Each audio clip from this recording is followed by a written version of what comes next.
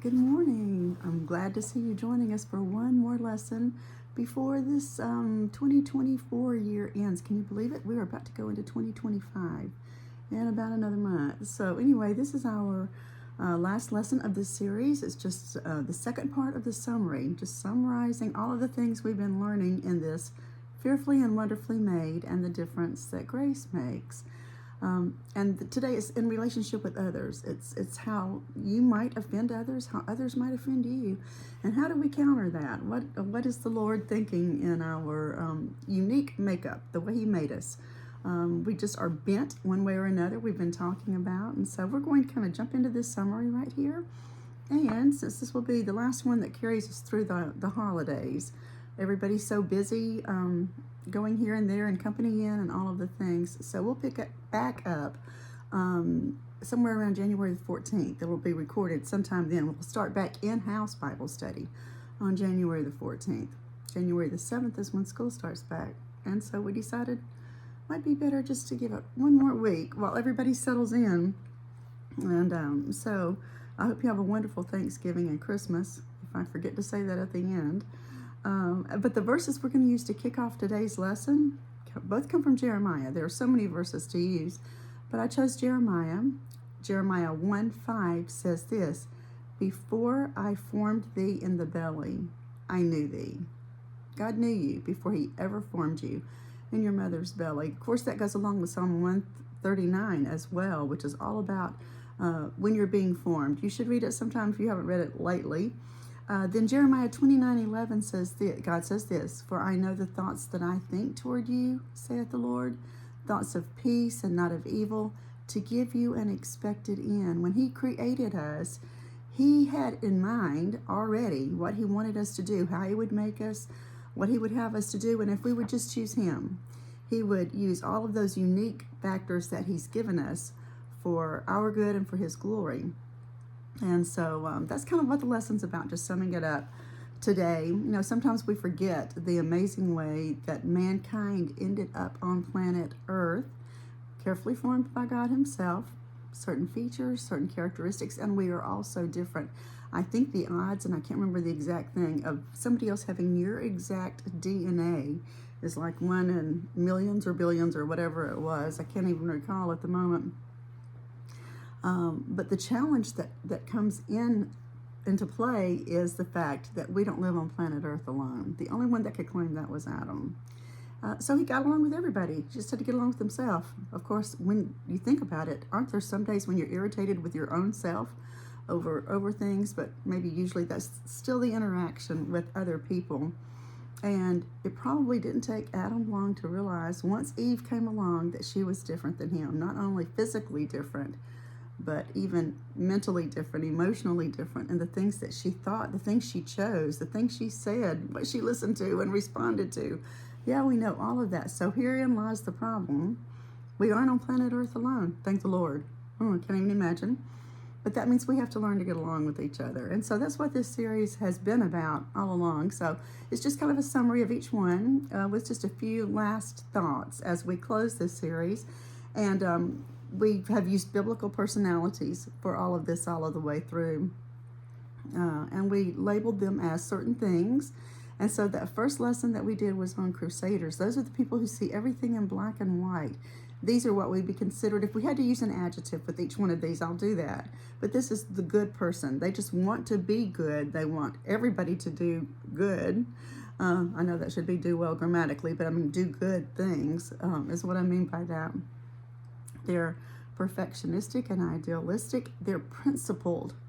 And they are, well, if I say critical, that's going to sound like criticizing. No, they critique. Because they critique themselves, they probably also critique others because they see everything in that black and white. What is the absolute right thing to do and what would be wrong if we did it. But many of these grew up probably in families that had high standards. They expected excellence. And I know that I fall in this category of growing up in that kind of family. I was 1 minute late from my first date, and my dad grounded me for a month. I couldn't talk on the phone. I couldn't sit with my friends in church. If somebody called me on the phone, that was way before cell phones. I had to answer and say, I'm on restriction. I'm sorry, I can't talk. I said, Dad, it was just 1 minute late. He said, you know what this guarantees me, don't you? You'll never be late from a date again. I won't have to worry about, are you hurt on the side of the road or something? No, you'll be home on time. Well, he was not kidding. I think I might have mentioned that particular incident, but our whole life, it was like that. My mom was never one of those who said a certain time we had to have our homework done or anything like that. This is what she said. In the morning when you go to school, you have to have your homework done. Do not do your homework. She didn't care if we did it as soon as we came in from school, if we sat down after supper and did our homework, if we did it before bedtime, if we had to stay up all night and do our homework. It had better be done when we left for school the next morning. So just very strict family. I'm very grateful to this day for that. And I guess the Lord, all of us, there were 5 of us, so all of us were different. But I'm glad that they were strict on us. It probably kept us out of a lot of trouble. But the ways that this personality, this crusader personality, and that was Paul in the Bible that we talked about. And you've heard me mention him several times in this series. But the way we, people with this personality, step on other people's toes, we sometimes are a little bit too honest. We hold others to the same high standards that we're holding ourselves and that we've been held to. We just expect them to do that too. Like I said, they see everything in black and white, and then ways others might step on our toes by telling us to relax. Sometimes it's a little hard to do that because you just feel like on your march, you're on a march, on a crusade for some type of cause, which hopefully is the cause of Christ, and you just want everything done well. Ways others step on your toes, interrupting us. We have an agenda and things to get done. We want to keep moving. We don't want to waste time on something like that. And we don't want other people to do something poorly. We just think everybody should be all in. My husband often reminded me, Trish, some people aren't as tough as you are, as strong as you are. And so he kind of kept me probably a little bit more balanced than I might have otherwise been. We don't like people fixing our work or not acknowledging that we are working. People with this personality do not want to be called lazy. They avoid it at all costs. But for this personality, God's given them the ability to express His image in a bold, courageous way.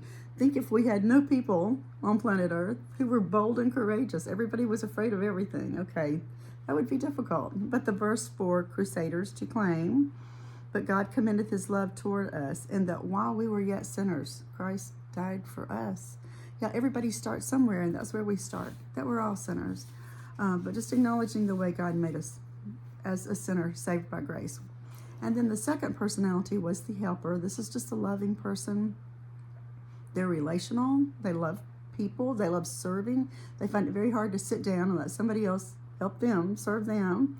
And a lot of these grew up in families, maybe, perhaps, not necessarily, but where they had to take care of themselves. Maybe they felt as if they had to be the adult in the family for whatever reason. As adults, they cultivate a gift of empathy, and they move toward love and service to others. And this was Mary of Bethany and the Apostle John, you remember. They set aside their needs to be at the cross when Jesus was crucified. Yeah, and just be there for Him. It's what this personality does. Ways others step on their toes by taking advantage of them, by not appreciating them, by deliberately being unkind to them, just because they're a little bit more introvert. And so sometimes people kind of run over them or underestimate them. They don't really like that.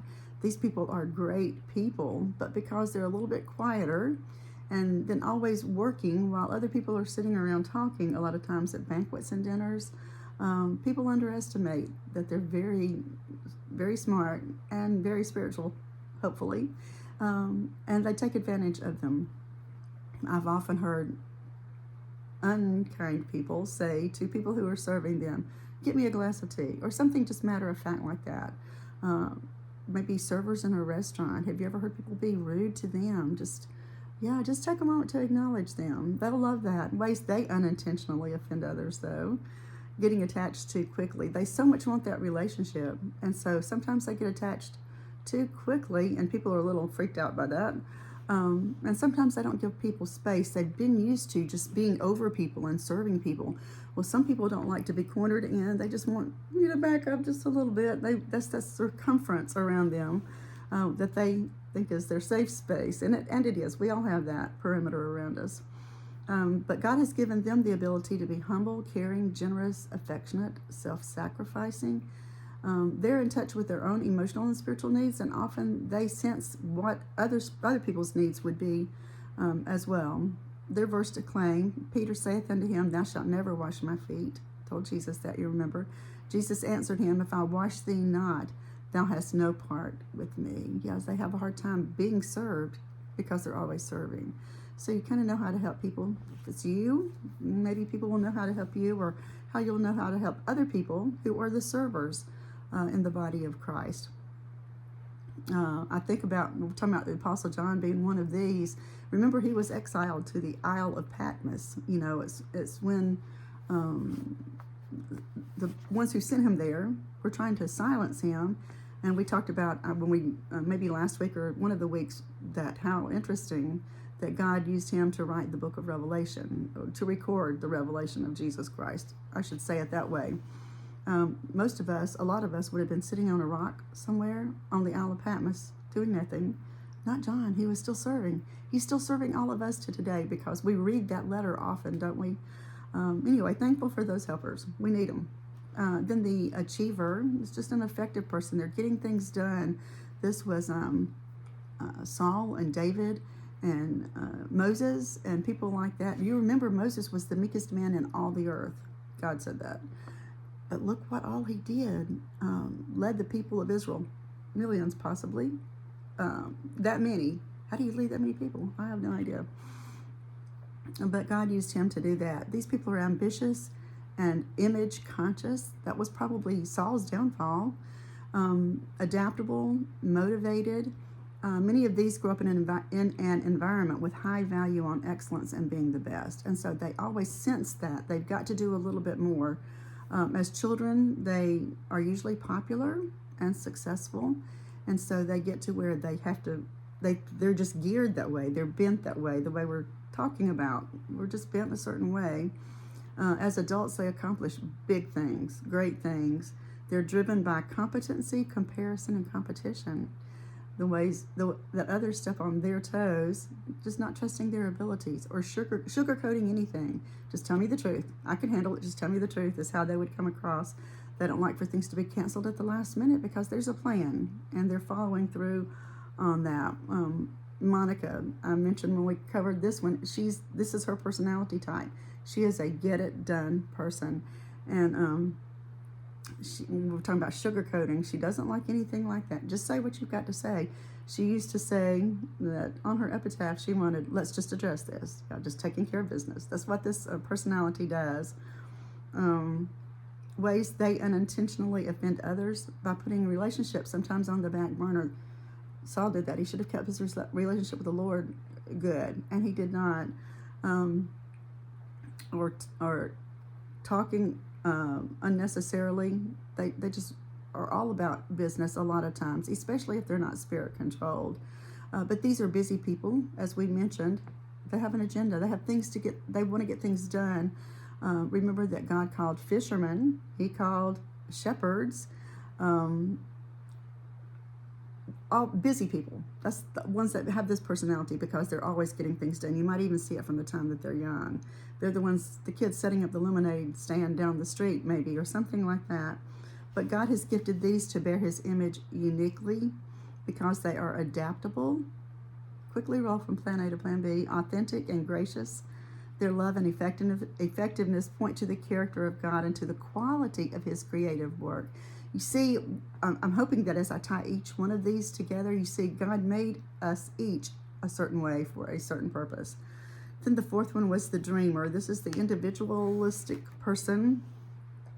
Dramatic, artistic, melancholic, intuitive. Even Joseph were our examples there. Many of these grow up carrying a deep sense that something is missing. That's how Eve got in trouble. She thought something was missing. As children, they may feel neglected or separated, maybe just pushed apart from the other siblings or something like that. As adults, they learn to present themselves in a unique way so that others will notice or affirm them. Ways others step on their toes. Um, they might say, telling me how I feel, not validating my feelings, not being authentic, changing plans at the last second. They don't like that. And ways they might say, I unintentionally offend if a dreamer, a four. As far as the number of lessons that we did, over romanticizing things, discrediting others' ideas, procrastinating, things like that. They're offended a little bit. They offend others a little bit that way. God has gifted these to express the beauty and creativity of God in story and song and poetry. A lot of musicians fall into this category. And God has gifted these to express those things, the beauty and creativity of God, in some type of artistic way. They're sensitive to others' emotions. They're great listeners, imaginative, and often witty. You know what? I don't think I gave the verse to the one right before this, but the verse for this one is, abide in me and I in you, staying close to the Lord. These things have I spoken unto you, that my joy might remain in you and that your joy might be full. A lot of this personality, sometimes they're a little bit, maybe eccentric, I guess would be the word to put there. And maybe they don't come across as joyful if they're not abiding in the Lord. For that one right before this one that I forgot to give the verse, the ones trying to get things done, this is the verse for them. It's 1 Corinthians 13:1. Though I speak with the tongues of men and of angels and have not charity, I am become a sounding brass or a tinkling cymbal. That's why they're getting things done, just to remember that. Then there was the investigator. This is considered the wise person if you actually study the personality kind of thing. Perceptive, detached, informed, introverted. Remember, some of these are talking fearfully and wonderfully made qualities, and some are not so talkative. But this was Nicodemus and Thomas and Jochebed. Many of these report growing up in an environment that was busy and at times intrusive. As children, they have created their own world where they could function and feel safe. They tend to draw away from the crowd for whatever reason and do things on their own. Ways others step on my toes if I'm an investigator, not respecting my privacy, speaking as an expert, especially if they are not. They don't like that. These investigators don't like for other people to act like they know something if they may not be the expert on it. Ways they unintentionally offend. They just work independently. They're not always a team player. They don't share their thoughts sometimes, and that offends others. They suggest alternatives, which others don't like. God has gifted these to be studious, perceptive, focused, observant, insightful, objective. They love to observe, and they make wonderful listeners and counselors. And their verse to claim is, the fruit of the Spirit is love, joy, peace, long-suffering, gentleness, goodness, faith, meekness, temperance. Against such there is no law.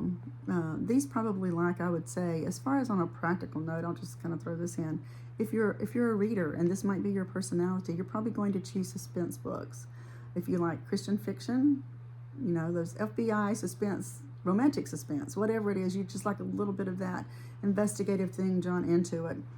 As opposed to some people who might have a different personality and they might just be kind of sappy and they just want to cry over a Hallmark movie, something like that. Yeah, that's not these people. These people would be into investigating what's going on. So they look for maybe the cold case files on TV or the ID channel, something like that, just for a practical thought on this personality.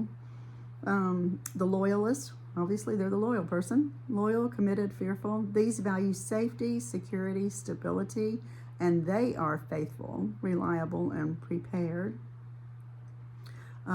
This was Peter and Mary Magdalene. As children, they have grown up feeling anxious and letting their thoughts run away with them. Have you ever done that? Yeah, they do. Thoughts will run away. As adults, they seek an environment that will reassure them and make them feel safe and stable. So ways others step on their toes, telling them to wing it. I don't like that. Don't tell me to wing it. Misunderstanding my caution, being vague. This is what they say. That offends them sometimes, or irritates them at least, that others do. And the ways that they unintentionally offend, they explain worst case scenarios.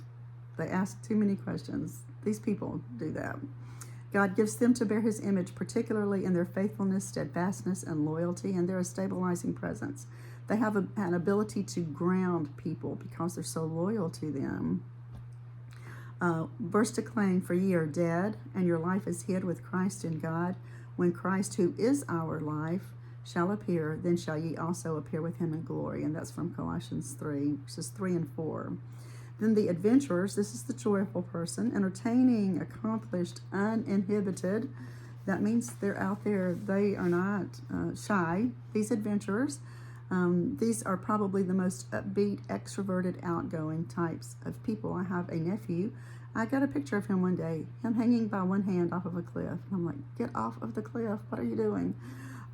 As children, they loved new experiences, staying active, entertaining, and being entertained. As adults, they attempt to paint their life story in vivid color. Yeah, because they're adventurers.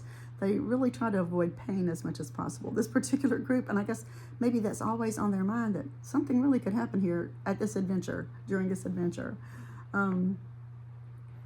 Ways others step on their toes, they box them in. They want them to fit in a category they don't fit in. These are adventure seekers.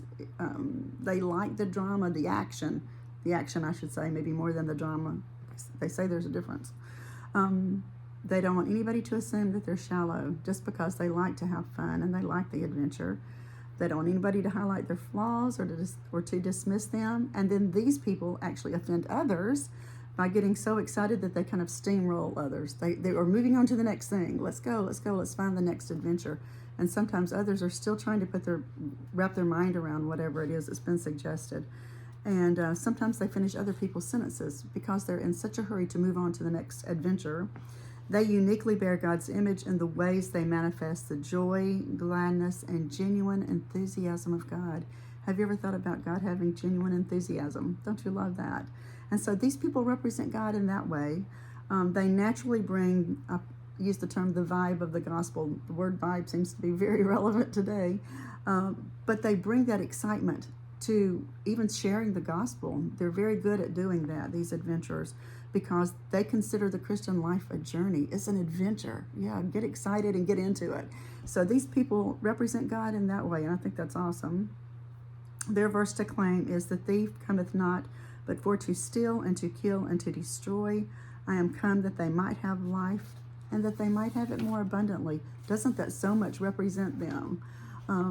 Have life and have it more abundantly. That's what we're all supposed to be doing. Then the next to the last one, the asserter. It's a powerful person, self-confident, decisive, just, and a leader. And I will say just as long as they're spirit controlled, because sometimes these are not. Samson is the one we used in the Bible. Strong and mighty in a lot of ways. He did have weaknesses, and he fed that a little too much. Yeah, this is the thing. If those who feed the spirit wins. Those who feed the flesh wins. And we know that from the Bible. These are powerful people with a very intense and commanding presence. I mentioned this is my husband's personality type, and I admired that. And I will say, and Donald Trump, we talked about Donald Trump during this lesson because this is Donald Trump too. He's getting things done. He's a powerful person. We've just seen this in the election. He's the president-elect coming up. They're powerful people. The ones who are overwhelmingly led by the Spirit, they, of course, you sense that. You sense that spirituality about them. As children, they are already independent. They have a strong sense of right and wrong, this personality. As adults, they label things as either the greatest idea of all time or the worst idea of all time. Don't you see that in our president-elect? You could even say, it's beautiful. Yeah, he's always saying those kind of things. I have great respect for him because he believes God has called him to do a particular purpose, and he is dead set on doing it. Yeah, at the risk of life and limb, for sure, he's going to do it. But ways others step on their toes, this personality's toes, calling them bossy. They are. They just don't want to be called that, I guess. Except maybe on Boss's Day. Maybe they like the presents. They don't want people to expect them to shrink their personality, because God's using that outgoing personality, that leader personality, to accomplish things. What others tend to do, and we saw this at the debate, They tend to disagree just to get a rise out of these people. And these people, unless the Holy Spirit just tamps it down, they are going to rise to the occasion if you try to get a rise out of them. They unintentionally offend others by taking control of situations because they're leaders. That's what they do. They lead other people, so they're used to taking control. They say exactly what's on their mind. Yeah, and sometimes, depending on their spiritual walk, maybe they ignore rules. This is what they do as far as how God uses them. They reflect the power and assertiveness of God and of God's presence and fighting against evil and injustice. That's what they do. That's what my husband did as a pastor. It's what Donald Trump is doing for our country. They're big-hearted, merciful, forbearing, resourceful, and empowering. They empower others and actually look out for others. Their verse to claim, and he said unto me, my grace is sufficient for thee, for my strength is made perfect in weakness. Most gladly, therefore, will I rather glory in my infirmities, that the power of Christ may rest upon me. And I'm reminded, this is an extrovert and somebody getting things done, just like Paul, and Paul is actually the one who wrote that verse, led by the Holy Spirit. And that's 2 Corinthians 12:9. And then the last one is the peacemaker. This is the peaceful person. We saw that coming, didn't we? Peaceful, reassuring, complacent. This was Mary of Bethany, Martha's sister. Mary, the one who was sitting at Jesus' feet. That's this personality, the peacemaker. These tend to go with the flow and bring people together, being at peace personally and with others. That's their goal, and that's what they usually are. As children, they may check out emotionally. They can easily be overlooked because they're quiet. As adults, they tend to avoid conflict at all costs. They may tend to avoid it. Maybe they don't sometimes, but they handle it quietly. They can easily lose themselves in mundane activity because they're just quiet and to themselves. They seem a little withdrawn sometimes. Ways others step on their toes by taking over a situation that they're obviously handling. That's what Martha did to Mary. Mary was obviously handling the situation as it needed to be handled, and Martha had other plans because that wasn't her personality, this one. They are, excuse me, I lost my place here. They don't want you to act like they don't exist. They're so quiet. It goes back to some of the other personalities. If they withdraw and they're quiet, you just kind of overlook them. Ways they unintentionally offend others by being indecisive. Just make a decision. By being passive-aggressive or by dragging their feet. They just don't move quickly. And the people trying to get things done think everybody should be moving faster a lot of times. But these reflect the peaceful, comforting, reassuring presence of our Heavenly Father. They have an intuitive sense for how to resolve conflict and to see how things fit together and harmonize. And they're good at representing God in those ways. Verse to claim, and having made peace through the blood of his cross, by him to reconcile all things unto himself. By him, I say, whether they be things in earth or things in heaven, reconciling things unto God. That's what these people do in representing him. But anyway, I hope you've enjoyed this series. I hope you've learned something about yourself and about people that you know and love, about people you attend church with or work with or live with. And I hope you have a wonderful Thanksgiving coming up and a Christmas to follow, and I'll see you soon.